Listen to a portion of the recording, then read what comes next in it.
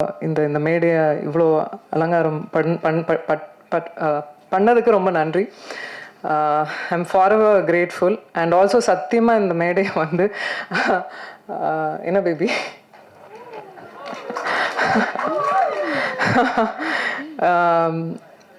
இந்த மேடை வந்து எங்கள் அனௌன்ஸ்மெண்ட் மேடையாக சத்தியமாக நாங்கள் நினைக்கல.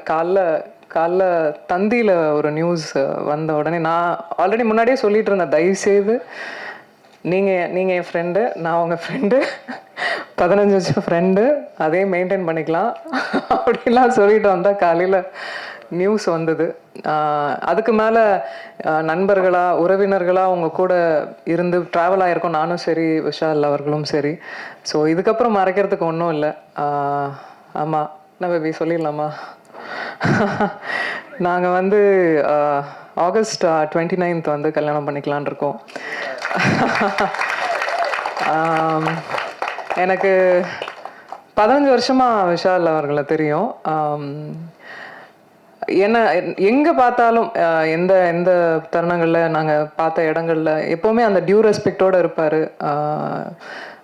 எனக்கு ஒரு விஷயம் நடக்கும்போது எப்போவுமே குரல் கொடுத்துருக்காரு. எங்கள் வீட்டுக்கெலாம் கூட எனக்கு தெரிஞ்சு எந்த ஹீரோஸும் வீட்டுக்கெலாம் வந்ததில்லை. ஒரு பிரச்சனை நடக்கும்போது கூட he came to the house. Very sweet of him to you know. அந்த கெஸ்டரே எனக்கு ரொம்ப ரொம்ப பிடித்தது.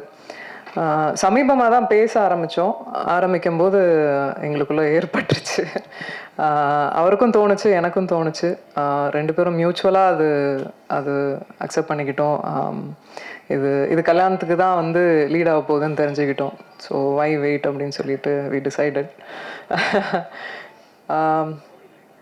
ஒரு விஷயந்தான், I just want him to be happy, அவ்வளோதான். And I love you.